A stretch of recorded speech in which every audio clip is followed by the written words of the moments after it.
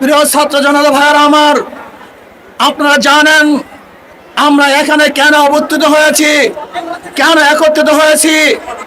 আজকে আমার ভাই রক্ত দিয়েছে, আমার ভাই জীবন দিয়েছে, আমার ভাই হসপিটালে ঢুকে দিলে মরছে, আমার ভাই জেলখানে অবরুদ্ধ অবস্থায় আছে, আমার ভাই কবরের মধ্যে চলে গেছে। ওদের বিচার না করা পর্যন্ত রাজপথ ছাড়বে না ইনশাআল্লাহ।